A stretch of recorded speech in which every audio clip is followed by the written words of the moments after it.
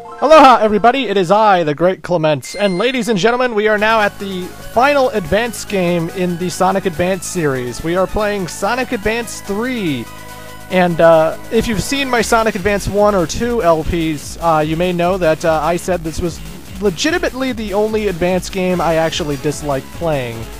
And, you know, I'm not going to bring down this whole playthrough by being overtly negative. I'm just going to be talking about the game as best as I can. But it's just the simple fact is, I think the level design of this game is easily the weakest of the three games, and it's not really fun to me to replay this game. However, the game does have fantastic music. It has the best bosses of the Advance series. The boss fights are fantastic. And it has a very interesting partner system that, although I usually hate having partners in the levels, it is pretty neat and it is worth talking about, so, you know, I'm going to talk about it. The main menu music is actually the Chow Race theme from Sonic Adventure 2.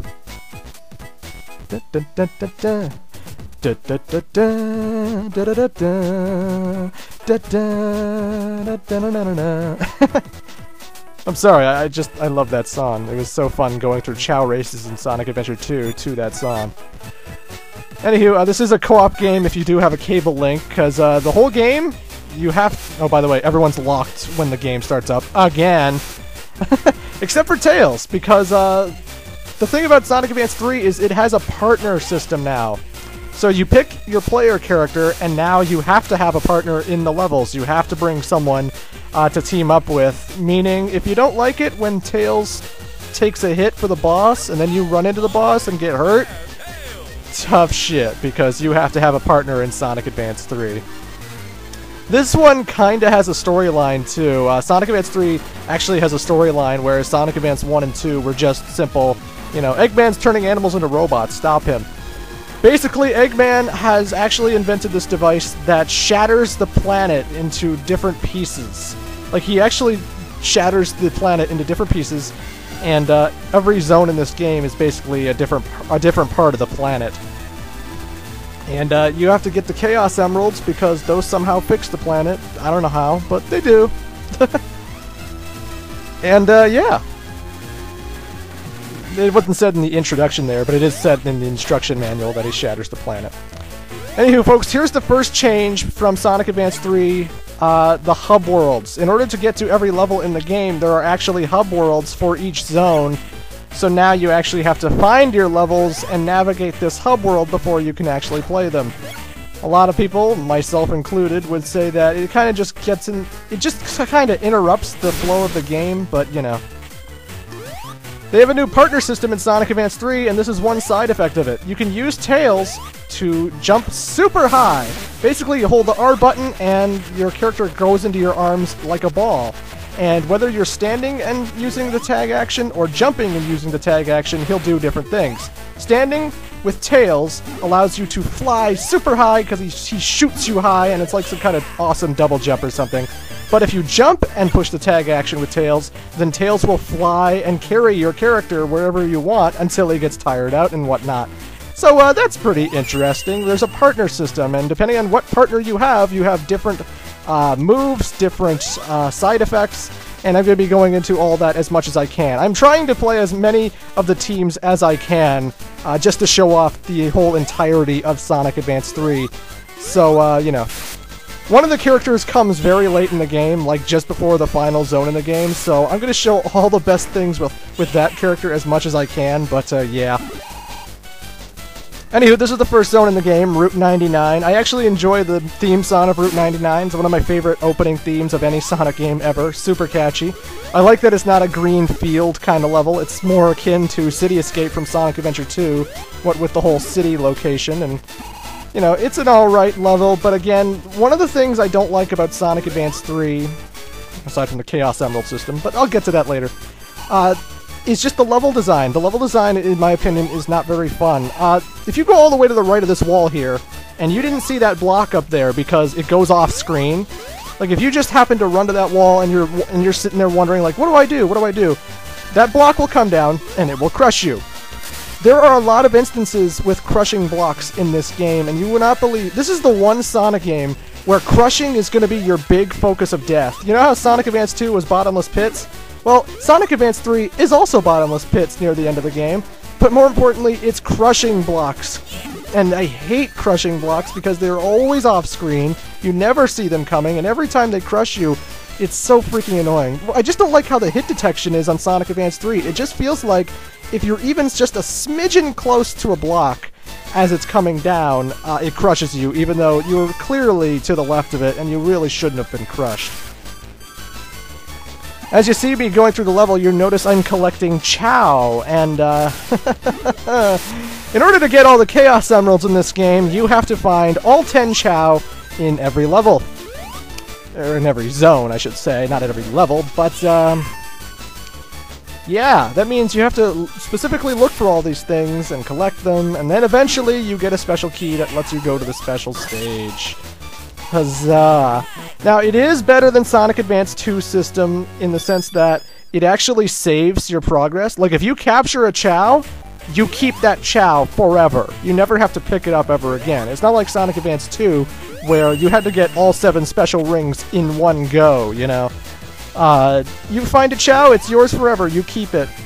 It's just, there's, you know, you have to find 10 Chow throughout the entire levels, and that means doing this LP, I had to do major research and major memorization in order to perfect these levels. Yes, I'm getting every single Chow in this game so that I can get the Chaos Emeralds, so that I can get the best ending in the game.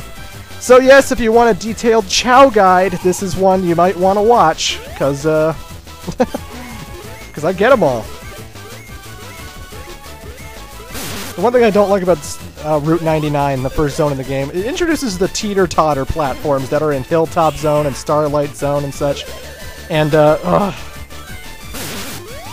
Tails kind of ruined my mojo there. He kept knocking me off when I didn't want to go on, and yeah. And then Motorbug! How was I supposed to dodge that? Fucking, again, I don't think the level design in Sonic Advance 3 is very good at all. I think there's a lot of snafus where you just constantly run into enemies you shouldn't have run into, and like, I know, like, the Motobugs in Sonic the Hedgehog 1, you couldn't run into them either, but it just felt like the level design in Sonic 1, it was easier to see them coming. You move so fast in Sonic Advance 3, there's like realistically no way to dodge any of these enemies, and you're gonna find yourself running into them a lot, and I mean a lot.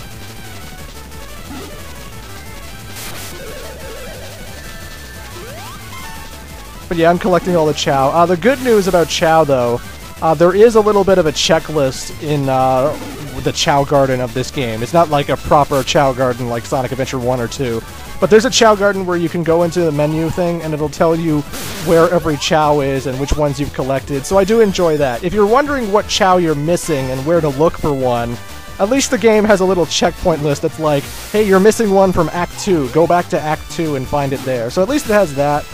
But again, at the end of the day, I don't care that it's a better system than Sonic Advance 2. It's not a better system than Sonic the Hedgehog 2, Sonic the Hedgehog 3, and Knuckles. Chaos Emeralds should not be this freaking tedious and time-consuming to get. I mean, people bitch about Sonic Unleashed because you have to get all these Moon and Sun medals in order to advance through the story mode and such. However, you only need half of the Sun and Moon medals in the whole entire game. You only need half of them. There's a whole half of medals that you are missing out on that you won't find, and you can get to the end of the game without finding those medals. You don't have to find every single medal in the whole goddamn game, kids. So when I have to find every single one of these Chow just to get a Chaos Emerald, just for a bonus level that's mildly enjoyable at best, so I shouldn't get too angry about it either, but still. I just want the proper special stages, I just want the proper... I really like how it was handled in Sonic the Hedgehog 4 Episode 1, where they could have handled it like this, where like, when you got a Chaos Emerald in Sonic 4, wherever you got that Chaos Emerald, like let's say you got it in Splash Hill Zone Act 1, then you could never get a Chaos Emerald again in Splash Hill Zone. You had to wait until you were in Act 2 or Act 3 or whatever. So, I like that idea, you know. Like, they could limit it so, like, I can't get a Route 99 Chaos Emerald again or something. I don't know, but just...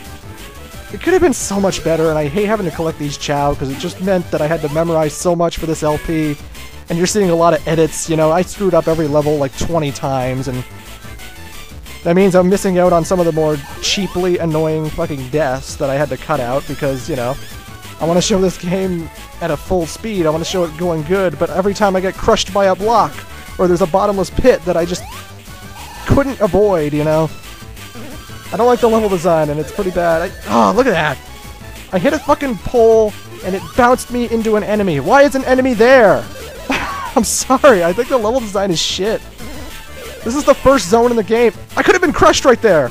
This is the first zone in the game. It is so freaking hard as for a first zone, and it only gets worse from here. It's not fun to me. Okay, I won't bitch anymore, but I just keep in mind, guys, my opinion of Sonic Advance 3, I think it has bad level design. I know plenty of people are like, Sonic Advance 3 is my favorite in the series, and all the power to you. This isn't a Sonic 06 kind of game, guys, so, you know, take my opinion with a grain of salt. If you like Sonic Advance 3, then cool, you like Sonic Advance 3. I'm not saying this shit is Sonic Genesis. Oh, this ain't Sonic Genesis, kids! Good God! That game's a piece of shit! But, it's just, I think the level design's kind of cheap and unfair. That's just my opinion. A different thing about the rails this time around, in Sonic Advance 2, you couldn't jump on the middle part of the rails. You had to start at where the rail started, at the flat part, and you could jump on it there. But in this game, you can actually jump on the slanted parts of the rails, and it's just like, if you jump off the rail, you won't land back on it. So if you're on the rails, stay on it. And, you know, it's like, it's a lot more convenient, because if you want to get to a rail from any spot, like you want to jump on the rail at the midway point of its rail, you can do that, and I like that. It's alright, it's all good. Also, one thing you've noticed, every time I clear an act, I get a medal, and I'm actually getting a lot of silvers in the first part, and that's because you have to be really fast to get the gold medals. And I'm trying to collect Chow, so there's really nothing I can do about that. This is not an all-gold medal run, okay, guys? This isn't an A-rank run, if you will. If I'm going to be collecting Chow, I'm going to be taking detours, and I'm not going to be going that fast. Believe me, I get gold medals here and there, but, yeah. Throughout the hub world are all these bonus mini-games, like this roboticizer game, where like you have these certain switches you need to hit, and the longer you take to flip them, the more their colors change, and, you know, reds are 3 points, yellows are 2, blue is 1, and you basically do these mini-games for extra lives. So there's the roboticizer one, and then there's the other one, which is a destroy all enemies kind of mini-game. I think I do it right next. No, I jump into a level, because after I've gotten all 10 Chow, I have to replay a level to find a key now. I mean, I don't usually have to replay a level, but like, if I didn't pick up a key after getting that last Chow, then I have to go through all this all over again. So I play until I find a randomized key in the level. There's one. They're in every level that you want to try. They could be in Act 1, they could be in Act 3. And no, you can't just exit the level, you need to finish it. Once you pick up the key, you need to finish the level completely. So it's a lot of busy work just to get to the Chaos Emerald, if I do say so myself. You have to collect all 10 Chow, then a key appears in the zone. Once you get the key, you have to finish the level. Blah. Tedious shit. Anywho, this mini-game is defeat all enemies. Basically, it's as simple as it sounds. Kill all the enemies in the area, and you'll get a whole bunch of lives. You have to do it in under a minute, and yeah. And because I'm using save states and editing so that I could get all the Chow and all the Chaos Emeralds, you're not really going to be seeing too many of the mini-games anymore. This is kind of like the only video where you're going to see mini-games in action. Because, honestly, it's just a time waster. It's only for extra lives. It doesn't complete the game or give you extra abilities or anything, so I don't really see the point in doing it. But, yeah.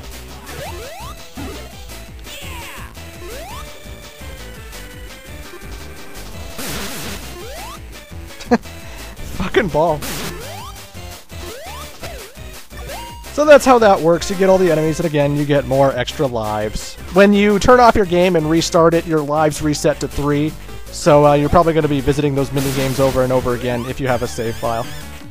Once you have the special key, there's a particular spring that you have to jump on that will take you to the special stage where you can get your first Chaos Emerald.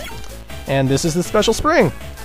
But we're going to see the first special stage in Part 2. See you then.